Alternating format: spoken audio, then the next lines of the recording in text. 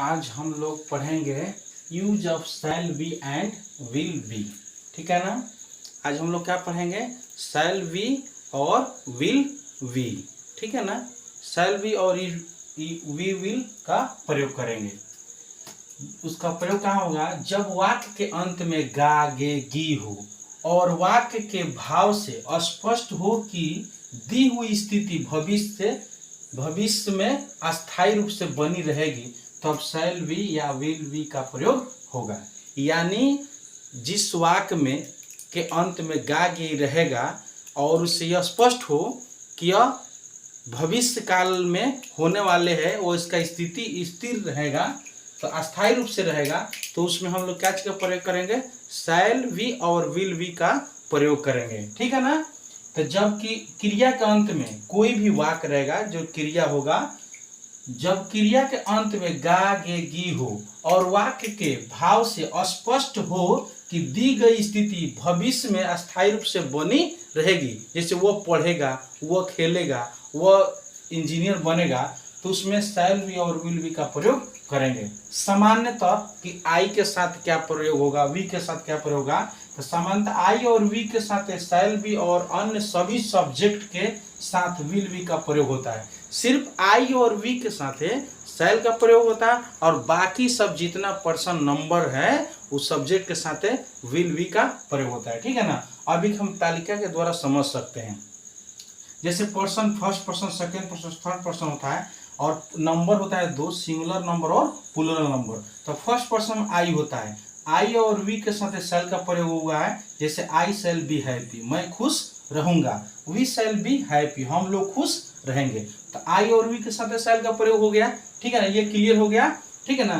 अब उसके बाद सेकेंड पर्सन में यू विल हैप्पी, तुम खुश रहोगे, यू विल बी हैप्पी, तुम लोग खुश रहोगे या आप लोग खुश रहेंगे। ठीक है ना, या आप खुश रहेंगे, तो you will be happy, you will be happy. यह सेकेंड पर्सन में सिंगुलर और प्लूरल दोनों में क्या होता है, यू ही होता है।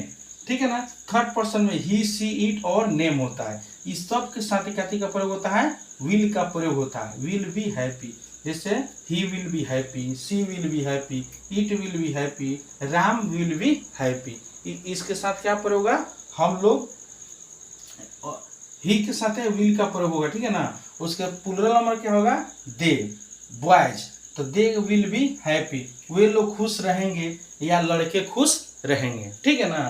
तो आप समझ गए किस सब्जेक्ट के साथ शैल बी का प्रयोग होता है और किस सब्जेक्ट के साथ विल बी का प्रयोग होता है। एक साधारण सी बात है कि सामान्यतः आई और वी के साथ क्या चीज का प्रयोग होगा, शैल बी का, और अन्य सभी सब्जेक्ट, अन्य सभी क्या हो गया, यू हो गया, ही सी इट, दे हो गया, यू हो गया, इस सब के साथ क्या चीज का प्रयोग होगा, विल का प्रयोग होगा। ठीक है ना। आप एक नोट में लिख सकते हैं। ठीक है ना।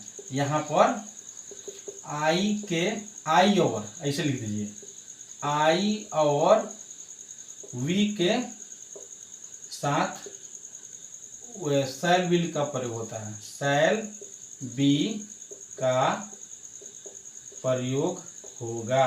ठीक है ना। और यहाँ तो लिख ही दिए हैं। ठीक है ना। ऑन सब्जेक्ट में क्या हो जाएगा, जैसे यू होगा, नहीं, दे होगा और ही रहेगा, सी रहेगा, इट रहेगा और एक नाम रहेगा या दो नाम रहेगा, वो सब एक नाम या नामों के साथ, नामों के साथ नहीं, इट, यहाँ दे लिख दीजिए, दे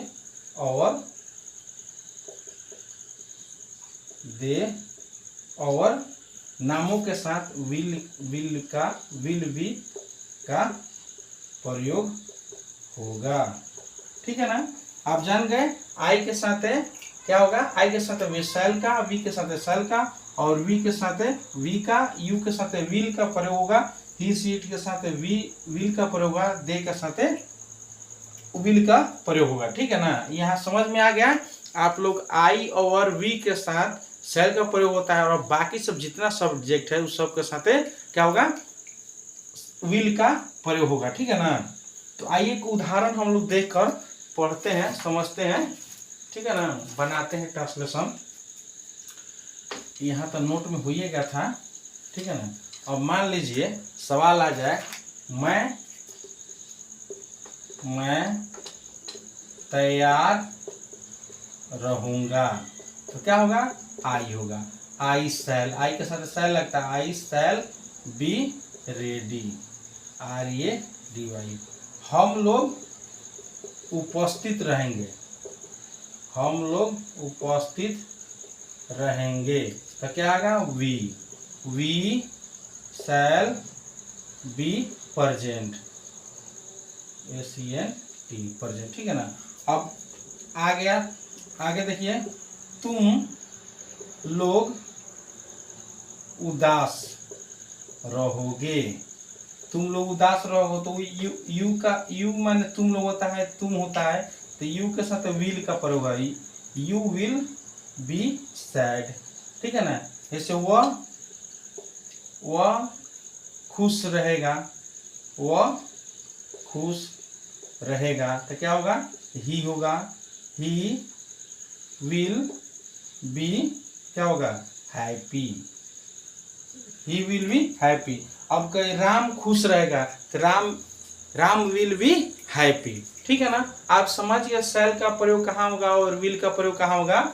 यानी शैल विल का प्रयोग जब क्रिया का अंत में गागी रहेगा और वाक्य के भाव से स्पष्ट हो कि दी हुई स्थिति भविष्य में स्थायी रूप से बनी रहेगी, तब शैल और विल का प्रयोग होगा। यानी भविष्य की बात होगा, तो आप जानते हैं यहाँ आने वाले समय को हम लोग भविष्यकाल कहते हैं। ठीक है ना। जिसके अंत में गागी रहेगा तो भविष्यकाल होगा, उसमें शैल विल का हम लोग प्रयोग करेंगे। तो सिंगुलर नंबर और plural number first person I और वी के साथ शैल का प्रयोग होगा, और सेकेंड पर्सन यू और वी के साथ शैल का प्रयोग होगा, ही सी इट नेम के साथ विल का प्रयोग होगा, दे और बॉयज के साथ विल का प्रयोग होगा। ठीक है ना। आप समझिए, याद कर लीजिएगा, आई और वी के साथ शैल का प्रयोग, और सभी सब्जेक्ट ही सी इट और दे रहेगा उसके साथ विल का हम लोग प्रयोग करेंगे। कोई भी वाक्य रहेगा और गागी रहेगा तो हम लोग शैल विल का प्रयोग करेंगे। ठीक है ना।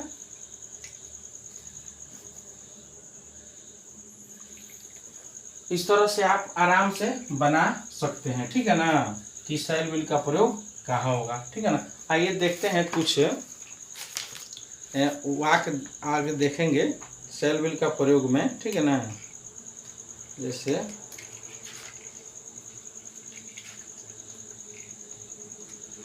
बता देवे कि हैं। ठीक है ना। अब जैसे मान लो मैं एक विद्यार्थी था, तो क्या लिखेगा? मैं एक विद्यार्थी, I will be, I shall be student, I shall be, मैं एक विद्यार्थी था, तो हमको नहीं पढ़ना है, वाज वेयर का प्रयोग करना है। ठीक है ना। जैसे मैं खुश रहूंगा, आई शैल बी हैप्पी। ठीक है ना। तो वह धनी रहेगा। ठीक है ना। तो वह क्या करेगा? ही विल बी क्या? रिच। ठीक है ना।